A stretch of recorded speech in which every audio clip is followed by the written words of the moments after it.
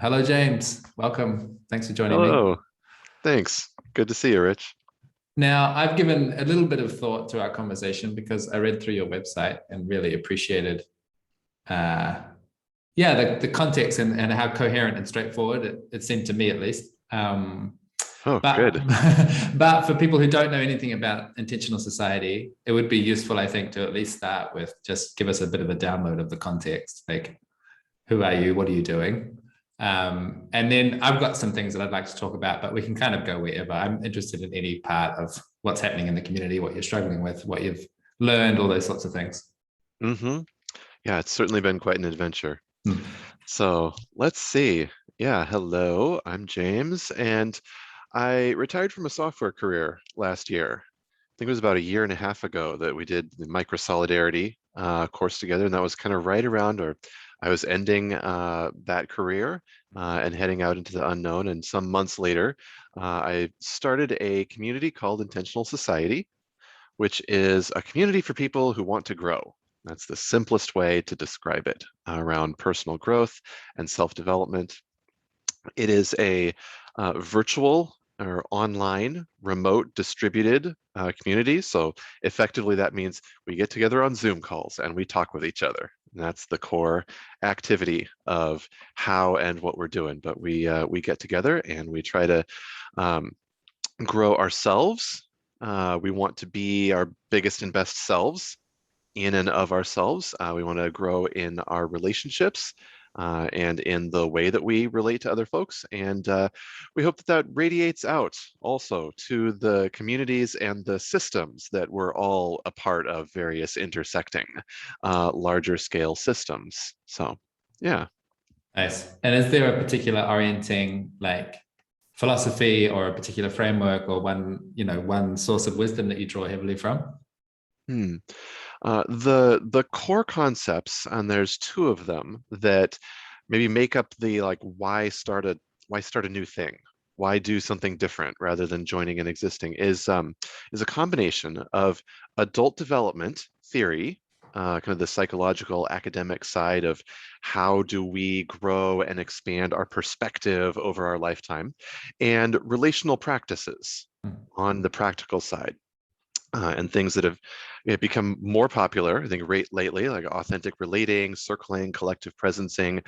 There's these set of maybe psychotechnologies and practices that people are doing and getting great just impact and power and development for themselves and with others. And so it's a bit of that combination of bringing theory to practice and practice to theory and seeing what fun things come out of that sandbox. Would you say that the people that generally the people who are involved are explicitly interested in those things, like that they are like relational practice nerds, for example? To some degree, yes. Hmm. Definitely some existing nerds of that type and a few existing nerds of this type, and some folks who aren't familiar with either.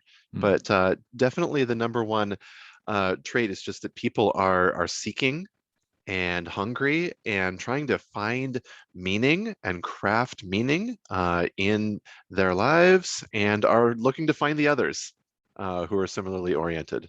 Hmm. Cool. And you're in the second year now, right? So how many people are we talking? Yeah, not quite. We're about Ah, 10 months old at ah, this right, point right. that we've been meeting. So, yes, so we at times have been five people, and at times we've been 15 people on any given Sunday. Right now we have a core of, you'd expect to see about a dozen people on a Sunday afternoon, at least that's the US time, on a Sunday afternoon meeting out of a membership of 20 something and a few concentric rings of folks who are more loosely affiliated. And where do they come from? How do you find these people? Yeah. Physically, they come from New Zealand all the way over to UK and West Africa, with a preponderance of US and Canadian membership. And that's just sort of our time zone bound in terms of meeting with each other synchronously. And I'd say virtually, I find these people or they find us through Through what you might generally call maybe the sense-making web, places like Game B and the Stoa, although not directly, Emergent Commons. There are these communities out there trying to make sense of the world. And then I'd pointed another maybe constellation that my best personal word for it would be kind of like the meaning-making web. Of communities who are trying to, yeah, find and build meaning with each other and understand community and community development better. And that'd be places like building belonging and starter cultures and those kinds of places. Nice. I'm really curious about this kind of filtering process of like, how does someone how do they match, how do they know like this is the place for me? Because as I understand it, you basically have an open door, right? Like if people feel like they respond to the invitation, then they're welcome to join. Is that right? Let's say we have a fairly permeable membrane, yes, without a strong filter at the moment. Because that's I have some fears about doing that, that Absolutely. having been involved with lots of communities that are very explicitly open and inviting, often it invites kinds of diversity that are really hard to hold. So just like people are on really different missions in the world, and then they just don't agree on any of the tactics or the strategy or the values. And it's like, well, maybe you shouldn't be in the same room.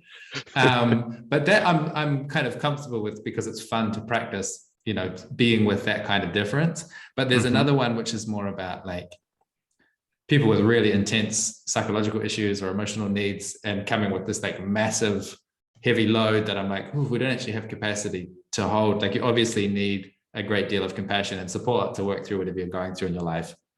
But this is a Zoom call every week. This is not therapy. This is not a church, like this, we don't have the structure in place. And so with the community building I've been doing the last couple of years, I've actually been quite defensive about letting people in, like having very high boundaries up and letting people in gradually, and sort of trying to, maybe I over-engineer it, and try and make everything perfect and smooth. Tell me more about your experience of having that semi-open, semi-permeable membrane. Right. Yeah, now the Sunday meetings are private. The Zoom link is not on the internet. It's a little bit guarded. The way in to Intentional Society, perhaps someone has, seen an event advertised, or they've found the website. Maybe they've gotten some newsletters at this point. But the front door, the route, is through what we call an orientation call. You don't just come into a Sunday, you come to a Saturday meeting, which is an orientation call, which is usually me sitting there and a few other folks that are interested, curious on that given week or few weeks time period. And I do my best then to try to explain what Intentional Society is, how it's structured, how we function, and what kind of characteristics make a good fit for folks. And just then kind of chat and Q&A with those folks. And so it's not directly a one-to-one basis, but it's one to a few. We get to know each other a little bit, and then subsequent to that orientation call, folks would get an invitation to the Sunday meetings. And so there's an ability there to filter and screen a little bit.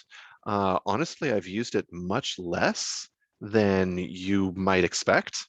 I think we benefit from a high degree of a self-selection effect, that people who are interested, recognize that this is for them, are already on that journey usually of self-development, and they've done a fair amount of work in themselves and with themselves. And so we can recognize that, and there have only been a few cases where we really have to deal with, maybe this isn't such a good fit in the sense of, yep, we don't have the resources, or this is not the bounds of the container. But by and large, we are also looking for and encouraging the kind of diversity that stretches, And we think that a great number of axes of diversity are useful for seeing and reflecting differences is a great way to get an outside perspective on yourself and how the things that you might believe or the things that you're used to are not just the way the world is because you've never known any different, but are actual things, objects, and that we can see and be aware of and make choices about. Yeah, I love that game. I would say from my perspective, at least, I expect people are filtering themselves very well because, like I said, your website's really clear. It's really it's quite inspiring to me. I feel like I am coming into a phase where I want to be able to document more clearly, like, this is what we're doing. These are the reference points. These are the principles. If you match this, you're welcome. At the moment, it all kind of lives implicitly somewhere in my guts. What about if you were, you'd invited someone in and then they'd come a few times and then you develop the sense, or someone else developed the sense, like, I actually really don't feel safe with this person. I've got a strong concern, or I don't think we should be developing this relationship. Like, is there any kind of mechanism at the stage for like conflict resolution, or even potentially needing to kick people out at some stage? Or like, have you got any of that governance in place? Right. The governance in terms of formal models, I would say, is fairly wobbly or nebulous still, but has happened a couple times. Like I said, the membrane being fairly porous, fairly loose, means that we need to be prepared for that. There's some number of folks who have actually kind of bounced off and mostly self-bounced in terms of they get in, the fit doesn't quite feel right, or maybe they're more project oriented and they want to do more than we're more kind of the mission as the members. We're more internally focused right now. Or maybe they need more structure. I've had a few folks explicitly say, this is too loosey-goosey. I don't really know what's going on here. I want a place with more structure. Great, that's totally fine. One of our core values is acceptance. Acceptance in the being with reality and being with what is, and being able to roll with what is. And so we trust that people can leave as well as they can come, and we'll celebrate and farewell, best wishes you. If this is not the place, great, find somewhere else. Hopefully there's 1,000. We need 1,000 different communities out there of different kinds and natures and flavors. But yeah, we've then lastly, to get to maybe the hardest, toughest cases, we have had a couple of folks that this isn't working. And there's, maybe there's a lack of self-awareness, or there's an actual explicit conflict between people. And that so far, when you're small, you can do things that don't scale. Is one of those startup world maxims. And so far, we've held it and we've dealt with it. And sometimes it's the topic for the community is, hey, let's look at this, bring this out, and how do we want to deal with this? Maybe I'll avoid specifics, because we've only had, a couple cases at this time, but it's absolutely a tension, and one that kind of as we encounter these, another one of our organizational precepts is just-in-time structure. That we kind of didn't want to go ahead and build out like all this big complicated like rule set for here's what to do in every the flow chart of conflict management. Instead, it's kind of like, all right, we've just done one. Now, what do we need and what do we want to better support ourselves with scaffolding next time? But try to avoid maybe the trap of thinking that we can write down an airtight set of rules that removes the human element of judgment and relationship and the tensions that come with that. So it's trying to find that balance. I appreciate that. With the just-in-time structure, though, I'm wondering, like, I guess I'm wondering about your role and your vision. Obviously, like, you wrote a manifesto. You're showing up consistently. I would assume that anyone just kind of organically has these assumptions about what level of responsibility you're taking, or like what role you'd play in decisions about if we had to exclude someone, for instance. And I'm conscious you don't want to get ahead of yourself and design structures ahead of time that you don't need yet. But I am wondering, if you allow yourself to imagine a little, a year, 2, 3 years into the future, do you have a picture of like how your role changes, how leadership happens, or who has a sense of ownership, those kind of questions. Like, I'm assuming it starts and it's like, James owns this, and there's some kind of process of opening and sharing. But I'm just curious, like, where you are in that spectrum, what your vision is, and that sort of thing. Yeah, absolutely. Oh boy. Yeah, I could talk for a long time, excuse me, in that domain. And it's, I'd maybe point to some of the, some of the language around microsolidarity, and calling and callers, and crews, and the kind of orientation that is not the traditional corporate hierarchy, and you have bosses and employees, but how do you come together, but how do you do kind of the more flat or egalitarian thing, but then not get caught in the trap of everybody's equal and nobody can make any decisions, and everything is kind of stuck, and yeah, recognize what do you do with leadership and decision making, and ownership, and how a group organizes itself. So yeah, gosh, there's so much there.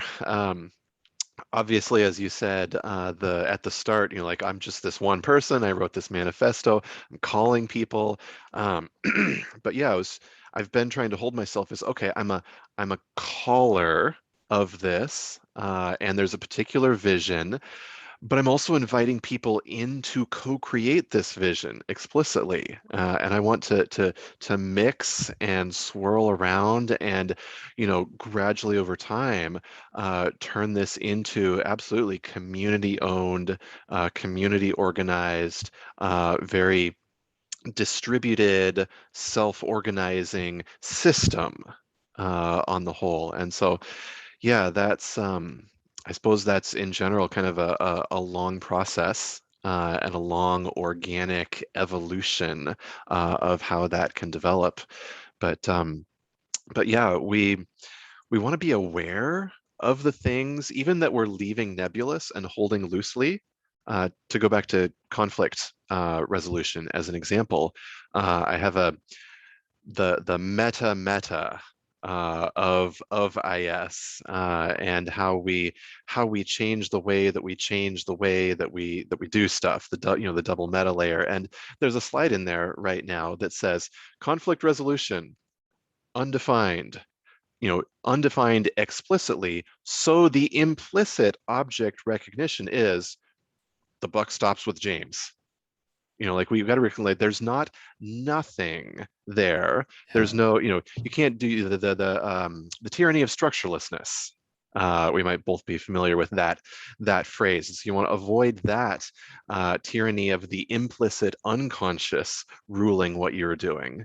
So we do our best to name those things. And even though we haven't like written the guidebook out for that, there's something there.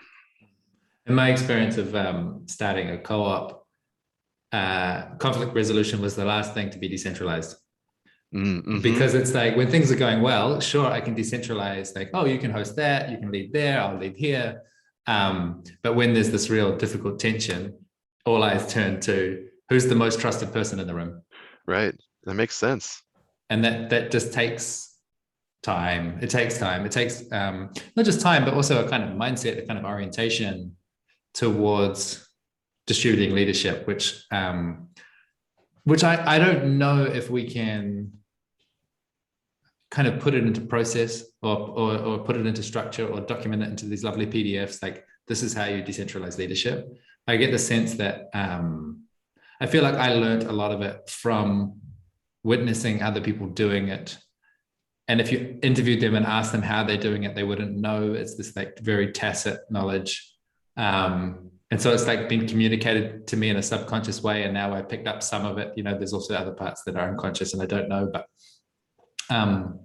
yeah, I've got the sense that there's some kind of skills involved in doing this kind of work, like community building in generally, but specifically this distributed leadership, where it seems like it gets passed down a lineage through face-to-face contact and time spent together and some kind of like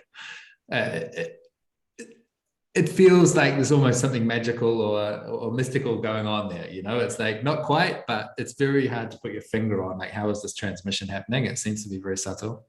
And one of the things that, like, so when I first published Microsolidarity, I explicitly said, we're going to start this new community, and it's not Inspiral, it's learning from Inspiral.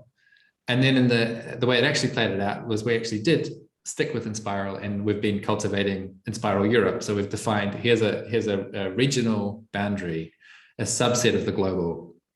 And doing it that way has come with some benefits and some costs, and the costs just being more complexity, because we have to reference a global network of a few hundred people who are going to have opinions about what we're doing in this local place. And I keep tossing it, tossing and turning, should we do it this way or not? Or should we just branch out and make our own thing with all that freedom? Right. And the thing that struck me in the summertime just now that really kind of sealed the deal about why to do it with the Inspiral name is we had our first face-to-face gathering. We had people together for 4 or 5 days. And at the end of that gathering, 2 people put their hand up to host the next gathering. 2 people who are not me. I was one of the co-hosts of this one. And one of the things we inherit from Inspiral is this culture of decentralized leadership, is this expectation. Just because Rich helped to host this one doesn't mean we expect him to do anything next time. Like that was kind of pre-installed. That came pre-installed with the name Inspiral, that people knew, even though most of them, it was their first contact with actually being in an Inspiral group face-to-face. They already knew that that was an expectation there. And that to me is just so valuable, to know that the next gathering, like, I'm going to support it, I'm going to contribute in some way, but it doesn't depend on me leading it. And that just feels like such a huge advantage compared to if I was in your position, having been the first person to start. Naturally, people are just going to keep expecting and expecting and expecting. You're going to keep holding some kind of central role, And I wonder if there's a way that, in the same way that Inspiral was that download for my group, I wonder if Microsolidarity as a general frame can help people in that direction too, so that we can kind of set this, as it's slowly becoming a more recognized framework that lots of people care about. Right.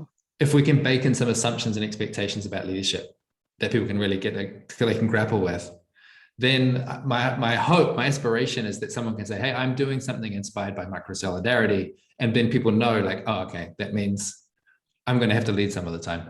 I'm not just going to keep expecting that it's going to be created for me. I would be really interested in, I guess, maybe seeing the concise and clear, what are those, what would those core assumptions be, and what's baked in.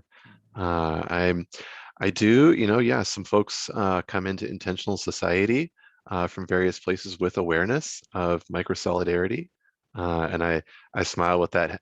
I smile when that happens, because I know, oh, good. We're going to have some alignment here. We share that piece of the world, but it's also perhaps it's also a little swirly still, of like, well, what pieces? And a lot of people might come in with sort of like a concept of crew and thinking about crewing and what does that mean, which is great. And then in intentional society, we've spent a whole bunch of time sort of liminally, floating between the crew and the congregation levels of that fractal of belonging there. And so that, that's been an interesting thing, but it's not just the straight up, okay, great, we've got the vocabulary, we know how to talk about crews. And we even used that language very strongly in one of our quarters. We called it a boat building experiment, where we said, okay, we're gonna build some boats together. Okay, and now who? So they're the callers, they're the captains of the boats. You know, but we didn't say captain because I don't know, maybe that brings like leadership, authoritarian. You know, but the callers and crews. And so the crews then built their boats and what they were going to do, and then they went sailed off on a 5-week expedition, and then before we came back to the community campfire on the beach to share stories again. But yeah, um, I love that you can get, I love that you can get that baked in within Spiral and reap the rewards there of like over a decade, right? Over a decade of work and building and working and influencing. And at this point in Spiral, like the name, yeah, carries that rich imagery with it, right? Of what you expect when you hear that name. So that's great. I like to hear that. Then there's the painful confrontation with reality when the expectations don't quite. But I was told that. Right, Yeah, right. yeah. We're still making it up as we go. We're still figuring it out. It's still very dysfunctional in lots of ways, you know. Like... Absolutely. The dance between the aspirational and the lived reality of it. Yeah, For sure. yeah. I'm curious to know, yeah, where you're at and like what feels easy and obvious and like, yeah, this is giving me energy and it's juicy and it's good. And where is there a struggle or like, you know, where is there like a half of a thought where you're like, I just know that there's something that needs to happen here, but I don't know what it is, or you know what I mean? Like, where is there this kind of any knots in the system? I'd love to hear both of these sides. All right, you're gonna make me sense and search here. The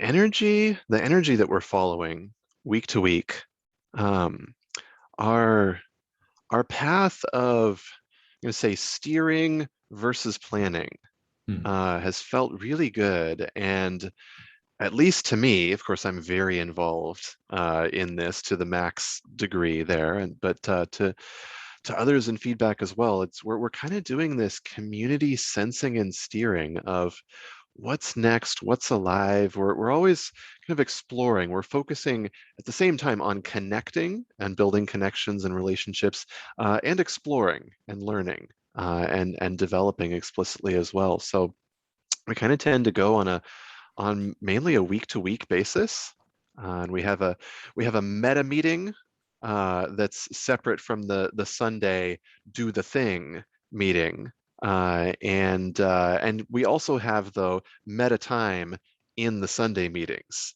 So we kind of try to weave this in, this multi-layer awareness of what we're doing and how we're steering, and sensing our own energy in ourselves as and after we do each thing together. So I love that. And I mean, I come from a background of corporate world and quarterly plans and multi-year plans and doing all of this planning, and which would just then, like, every time, you know, a few weeks later, the world has diverged and you're making things up anyway. So not pretending to be in big planning mode has been quite a relief for me. And I think we all really enjoy kind of the flexibility and the agility then of, because sometimes it'll be a surprise that sometimes something comes, an emotion or a tension will arise, and just naming that into the space will then, you know, suddenly you feel kind of that click as other people go, oh yeah, me too, you know, as something juicy comes out. And then yeah, we can chase that the next week or a series of weeks, and we can follow the kind of where the energy and where the passion is taking us. So that's maybe one of the most delightful and life-giving, energy-giving aspects of what we're doing. The way you describe it, it makes me think like there's a difference between, okay, planning, we know that. But then there's also this like making it up as we go unconsciously. But Right. you're doing something that's much more awake and paying attention and inviting, it sounds like inviting people to be aware of the experience that we're having as we're having it, and Mm-hmm. and to be collectively reflecting on how does it feel, what does it look like, where is it going, what's alive, what's dying, and doing that in the present moment constantly. Yeah. um I recognize that this feeling of to me, it feels like a collective organism coming online and having its own, like I become a sensing organ of a greater body. And that's Right. just, yeah, I get a real kick out of that. Yeah, yeah. And when things are going well, that's the sense that I've had of, you said, being a sensing organ, of it's not me in my smarts and wisdom picking like, oh, okay, here's the list of the next 3 or 4 things that would enhance our education. And it's being a sense organ of just kind of channeling the community as a whole, and what we're hearing and what's bubbling up and emerging, and but taking the balcony perspective on all of that too. uh, to go back to the boats analogy again, it's kind of there's a wind pushing at your sails, but there's also the hand on the tiller, and so that the cooperation of the energy and the steering. So yeah, is not the, oh, we're just floating along wherever the wind may take us, but it's that dance and figuring out, um, kind of that dance of not trying to ram the boat directly against the wind, Yeah. but neither letting it drift either. Hmm. If you forgive me for being a little epic for a second, I've been thinking a bit about, like, what was it like before humans were humans, like when we crossed that threshold where we decided we're not animals anymore, we're people. Okay. And I suspect that the threshold was about this thing of self-awareness, right? It's like waking up one day and being like, wow, I'm an individual and I have wants and needs and I can act on them somehow. Like I have agency. And I wonder if there's another stage of evolution which is about groups doing that, and groups becoming self-aware and going, whoa, I'm not just subject to the culture that I'm in. The culture is an object and I can shape it. We can shape it together to, like, we can set our intention, right? And actually cultivate something that is not default. It's not something purely inherited. It's not random. It's actually designed, and it has some kind of function. We can make tools in our culture. Like that that's part of my big vision, I think, of what we're doing here. Yeah, yeah. I like the epicness of that there. Was it what Whitehead or somebody who said like the measure of civilization is the number of things that can be done without thinking about them. Mm. But I think that's the end stage of any, to go from unconscious to conscious, and from incompetence to competence, in something. So yeah, extending the number of things in a group that we can see, that we Mm. can notice, that we can know are going on, and bringing those up and being able to work with those, yeah, it is absolutely something that feels to me like we're pushing at the edge or the boundary, in some way, at least in some small way, of what it means to be a group, to be a self-aware group, and what are the next forms of groups, and the capabilities, what kind of capabilities come online when we can have this expanded field of awareness, and just more tools. Like you're saying, tools, the toolkit, the language, the vocabulary, the models that we have and share in our heads. If we know that we share these models, like they absolutely become our toolkit and enable us to do more. So what about the other side, mate? This Yep. is it's sweet to get, juiced up on this inspiration, but I'm also always very hungry to hear what's not going so well, or where do you Hmm. feel like, yeah, you need some support, or there's like a missing piece, or anything like that. Yeah. I'm going to say one place where I feel like the toolkit is still lacking, and the language, the vocabulary, the models, is to go back, to talk about the role of leadership, Mm. and the role of the, founder or source or whatever word you use for that, and how to work with the aspects of that, because it can all be one big, tangled knot Mm. or big ball of mud or something. If I show up, I welcome everybody, I do the check-in, hey, then I'm facilitating the main thing, and oh, I'm handling conflict resolution over here, and like all those things can just be a blur of like, oh, James is the guy, Mhm. who just does it all. And pulling that apart uh, piece by piece, and how to work with that. And there's some maybe easier parts of that. You can say, oh, look at the facilitation of the Sunday session. Let's start to break that apart. And all right, who wants to do this piece?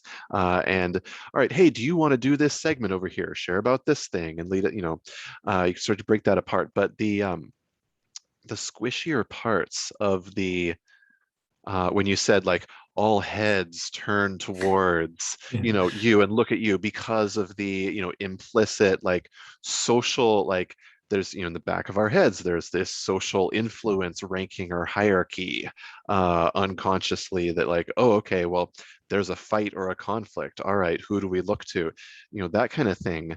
That feels it feels hard, Mm. even when we're doing our best to kind of look at it directly.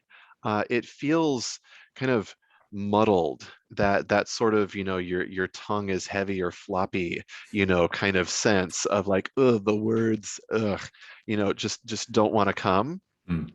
because the language isn't there, the concepts. It's hard, like it's hard to know if we're sharing the concepts or not. And relationships to leadership and to structure and to organization, they're absolutely intersecting with development and perspective, and different people are at different places and have different worldviews on how the world does work and how the world should work, and what good, quote unquote, organization and leadership and decision making look like. So that's kind of a, it's not, I wouldn't go so far as to call it quicksand, Mm. but it's, that's kind of one of more of those tougher areas. Mm. Mm.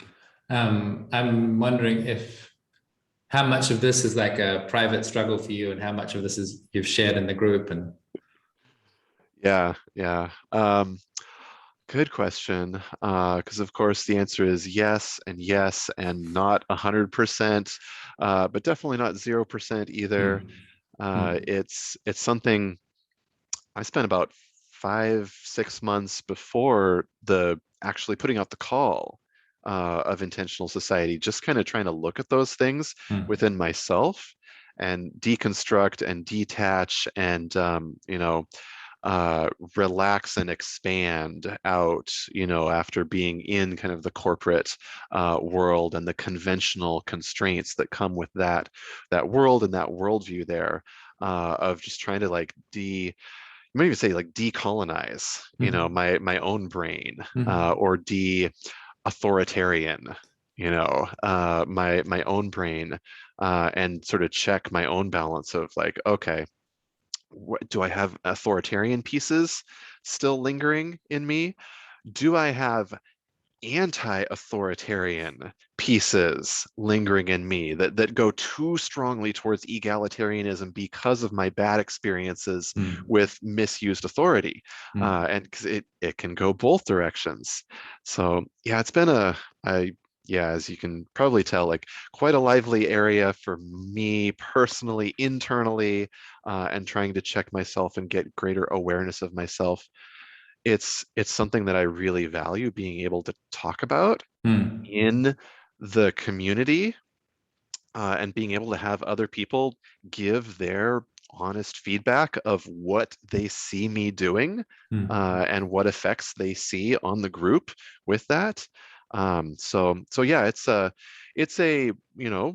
occasional to fairly regular meta topic for us to kind of explore into that area.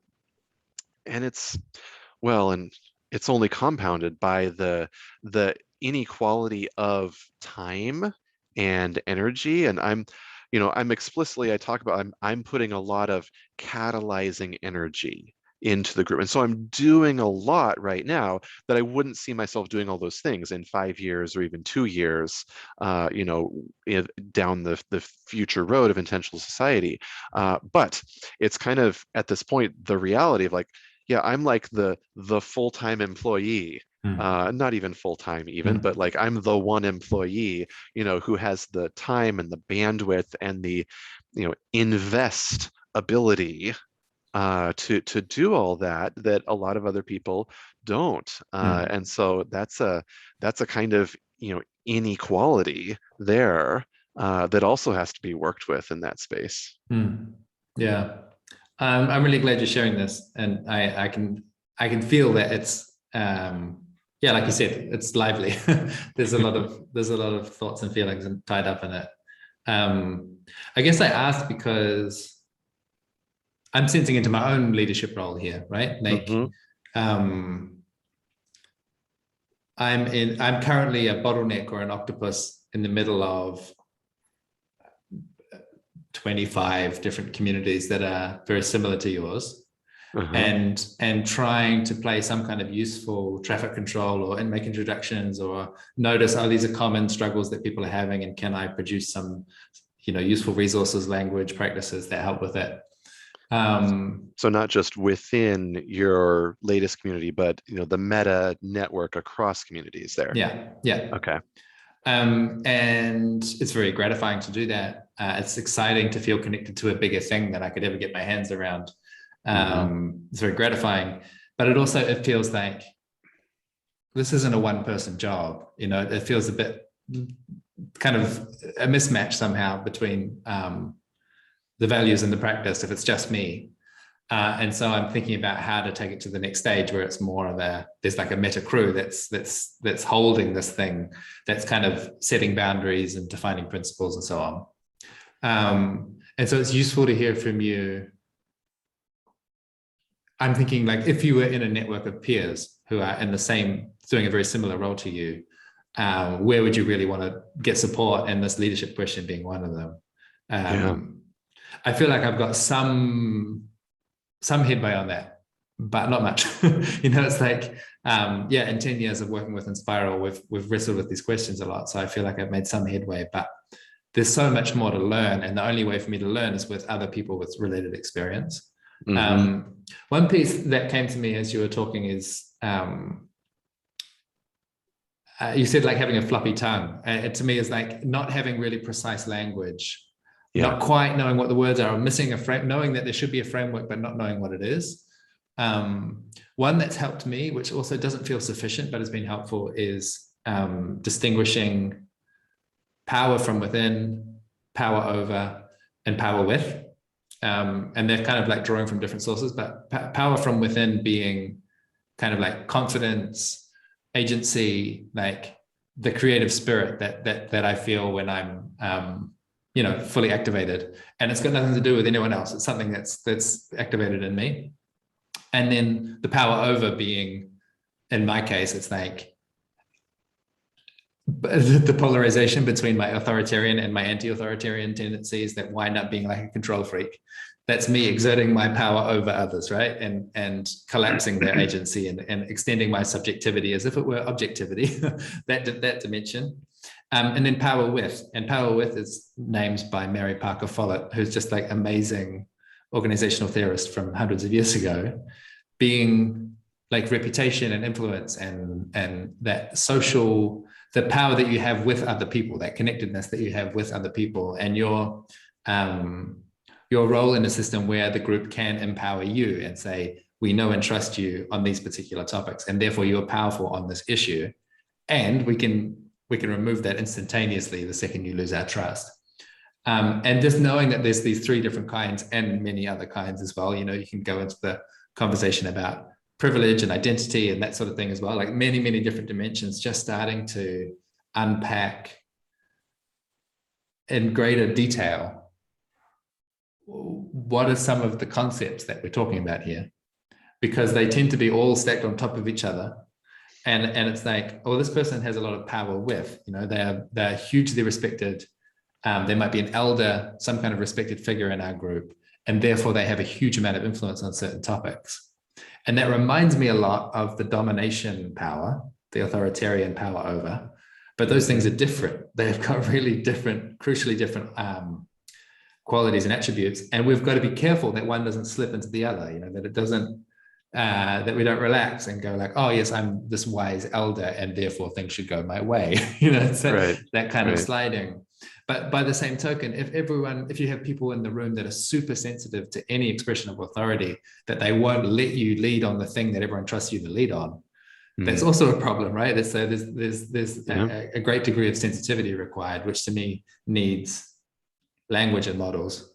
And it also just needs plenty of time to talk about, because anyone that I've met that's been interested in these issues has a whole bunch of emotional baggage that goes with the concepts, right? It's not just like, yes, how do we design this organizational chart? It's, what are my feelings about my dad and the horrible experience I had at school, and what happened, what did I learn at workplace? And, you know, all these, we're always like this close to trauma when it comes to talking about authority and domination and power. It's like, this is a big thing that doesn't get resolved by one very clean framework, or, you know, it's not a one-shot thing where you're done with it. But that feels to me like a partial step in the right direction, but it also feels like what I've described is kind of a weak instrument confronting the enormity of the challenge that you're describing. Yeah, I get this image of, you know, hey, we're trying to, I don't know, make that transition, you know, from pre-human to human, referencing back to that, you know, and we're, you know, is this metacognition coming online, and what's showing up in our cave paintings right now of, okay, there's some suggestive stuff, and maybe you can see this starting to take shape, but we've got a long way to go still in the development of language. And so much like you described as well, this for a lot of us it happens subconsciously, but we are as mammals tracking the landscape of status in any group. And a lot of status has to just do purely with trust, like this person did me a favor one time and therefore I look up to them. And I'm just thinking, you know, you've described that everything's been happening on Zoom so far, and I think there are kinds of trust that can't be accessed in virtual connection. I think there's kind of like trust building experiences that happen when you're sitting next to each other at a table and you're eating a meal that you cook together after having walked through the forest. You know, there's kind of quality of relationship that can only, I think so far, can only be cultivated through that embodied face-to-face connection where we get to sniff each other's pheromones and, you know, allow the mammal body to do the thing that it does.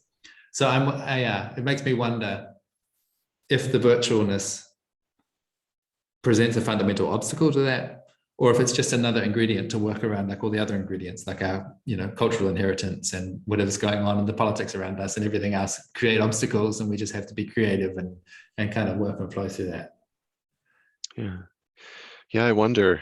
What do you think? Do you think that there's a fundamentally kind of qualitatively different kind of bonding that happens, or how much would that just be to a degree of speed or depth or, you know, easiness to hardness? I look at that and I don't really know. Where do you think that would fall? Are the pheromones real and important, or does that merely speed up a process that isn't fundamentally different? I think I've caught myself being conservative with this question. Like, for example, for the Inspiral European community, we were planning to start with a gathering and we couldn't do it because of the pandemic. And so then we did some online stuff. And I had very low expectations for what we could do with virtual gathering. Okay. And was really impressed with what happened. Like the first virtual gathering we had, it was a very clear transition of power where instead of there being three of the kind of like old hands holding the thing in the middle, 6 other of the new hands stepped up and said, we also want to hold something. We also want to take responsibility for this thing. We care about it. So that was really impressive to me that happened just purely through digital connection. But then getting together face to face and having a really high quality group process with plenty of space and good food and everything, it does accelerate stuff. So I guess I'm at the moment, I'm thinking it's not like a hard block. It's just you're playing on the hard level, you know. Right. Yeah. And for us, I mean, Intentional Society did start during the pandemic, but in my heart and brain, it also was not online and virtual because of purely the pandemic. And so this is maybe one of the biggest pieces of, grand experiments, is to see what can we do in this medium? How deep can we go? And we haven't conclusively answered that question by any means, and certainly not yet. And who knows if we even will at some point. But yeah, that's a big, just open curiosity for me. Yeah, me too. I mean, I've been impressed every time we've run a Microsolidarity program open to anyone to join. Out of a cohort of 40 or 50 people in these two groups, probably 10 to 20 of them, every time we've done it, they'll form into crews that then have longevity, that really keep going. So even just off that, and that's, most of the programs have been 1 or 2 weeks. There've been a couple of calls. It's very highly designed, the group process that we're putting people through to like accelerate that relationship building. But it's been surprising that there's actually sustained energy afterwards, that people want to keep going on together. So I've really, the pandemic for me was pre-pandemic. All of my business was facilitation and training in person. And then post-pandemic, 100% moved into the virtual space. And I've just been really impressed. Like, wow, we can do a lot. There's so much opportunity here. Like you mentioned, West Africa, like the people that we get to connect with now and involve and include, is just like, whoa. Yesterday, I hosted a meeting with people in 3 different continents, and it's just normal now. That's really amazing. That really gives me a sense of optimism as well. Hey, we're nearing the end of the hour, and I have to go on time. I'm curious if there's anything on your mind, if there's any, if we've got adjacent to any territory that you'd love to talk about before we wrap up. Nothing's tugging at me or itching at me. Well, then let me say thank you. What you're doing is really important. We're walking an uncharted path. From what I can tell, just from the outside, it seems like something incredibly wholesome and beneficial for the people who are participating. I know that you don't get a lot of external reward for doing that work, but I just want to say, keep it up. It's really important. And if I can support in some way, I want to be a resource for you. Thank you. Well, you have, and your work has been, and so I continue to appreciate that. And yeah, it's good to connect here. And I look forward to, I think, more at the meta level, that meta network, and connecting and bridging and developing together across that meta network, the connections and the language and the supports and the way that, because there's so much out there, and so many people and orgs out there that like, this is wonderful, this is great, I feel so aligned, I'm glad that you exist in the world. It's not this thing, we're different things, it's great, but like, what a beautiful field of flowers can bloom across the landscape. I really believe that there are some kinds of challenges you're likely to encounter in your role that could be enough to like sink the whole community. And that what will make the difference is having peers outside your community that have similar experience that you can turn to. Like I've had that in my own experience of building organizations and communities. So I'm really committed to building this meta network. I think there's desire for it and there's traction for it. There's potentially even funding for it so we can pay people to take roles. So it's not just me and my volunteer energy. So I think it's coming. I don't want to overpromise, but I think over the next couple of months, really by the end of the year, I think I'll have it a bit more articulated and said, instead of it being, because at the moment it's underground, it's all the mycelium of me just knowing people and having conversations. But there's going to be a coming out party soon where there'll be spaces. And I'll say as well, maybe just a little teaser, my sense of how leadership works, one part of it is that's important to me is I really want to fight back against the tendency to abstraction and just constantly let's go more and more and more meta.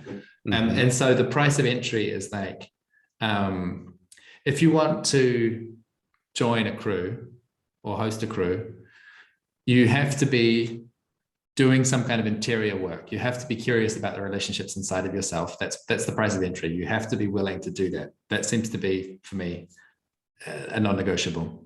Yeah. And then if you want to be leading a community, a congregation scale, then you have to be hosting congregations, multiple congregations, and tending to the relationships between those congregations.